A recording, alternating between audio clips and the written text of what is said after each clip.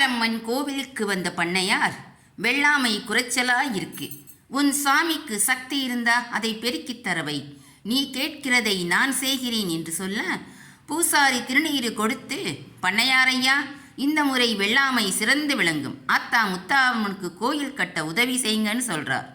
பண்ணையாரும் சம்மதித்தார். வெள்ளாமை சிறந்தது. பண்ணையார் மனமும் குளிர்ந்தது. அவர் உதவியோட கோவில் கட்டுனாங்க.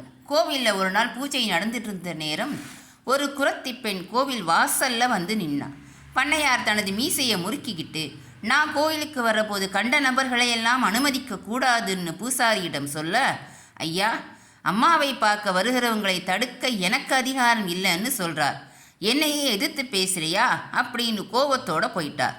மறுநாள் காலையில் பண்ணையாரின் கன்னம் வீங்கிருச்சு. வலியால் துடிச்சார். சாப்பிடவே முடியல, தவிக்கிறார். முத்தாரம்மனை வேண்டினார். அன்னைக்கு இரவு அவரோட கனவுல அம்மா தோன்றி, உன் நிலை தாழ்த்தி கோலத்தை மாற்றி இன்றிலிருந்து 8வது நாள் என் சந்நிதிக்கு வா, உன் பிணியை தீர்க்கிறேன் அப்படின்னு சொன்னாள்.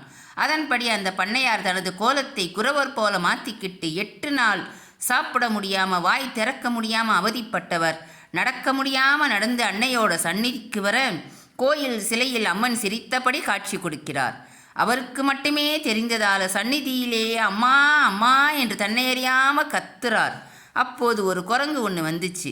அவரது கையில் வாழைப்பழத்தை போட, அதை சாப்பிட்ட மறுகணமே அவரோட உடல்நிலை தேறிருச்சு. தவறை உணர்ந்து அம்மா கிட்ட மன்னிப்பு கேட்டார். அன்னையின் திருவிளையாடல் பலருக்கும் தெரிய வர நாளுக்கு நாள் பக்தர்கள் கூட்டம் அதிகமாச்சு.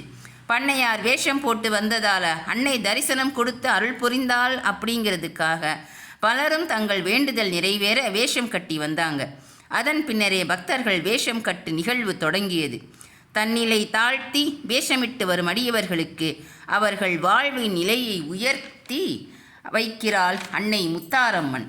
வேஷம் கட்ட நினைக்கிறவங்க முதலில் 3 ஆண்டுகள் தொடர்ந்து தசரா விழாவிற்கு வந்து முத்தாரம்மனை தரிசிக்கணும். அதுக்கப்புறம் அம்மன் சந்நிதியில் பூ கட்டி வச்சு பார்ப்பாங்க. அதில் சிகப்பு பூ விழுந்தா அம்மன் உத்தரவு கொடுத்ததா கருதி வேஷம் கட்டுவாங்க. அதுவும் பூசாரி சொல்லும் வேஷத்தை தான் கட்டணும். காளி, சுடலை மாடன், ஆஞ்சநேயரும் வேஷம் கட்டுறவங்க காப்பு கட்டி 14 நாள் விரதம் இருப்பாங்க.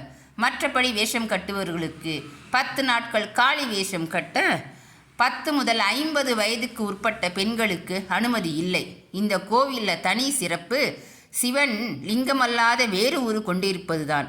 அத்தோடு சிவனும் முத்தாரம்மனும் வடக்கு நோக்கி காட்சி தர்றாங்க. வாழ்வில் ஒரு முறையாவது இந்த முத்தாரம்மன் கோவிலுக்கு போயிட்டு வாங்க. நீங்கள் வேண்டியதை கொடுத்து அருள்வாள் முத்தாரம்மன். இந்த மாதிரி கதைகளை கேட்க சப்ஸ்கிரைப் பண்ணுங்கள்.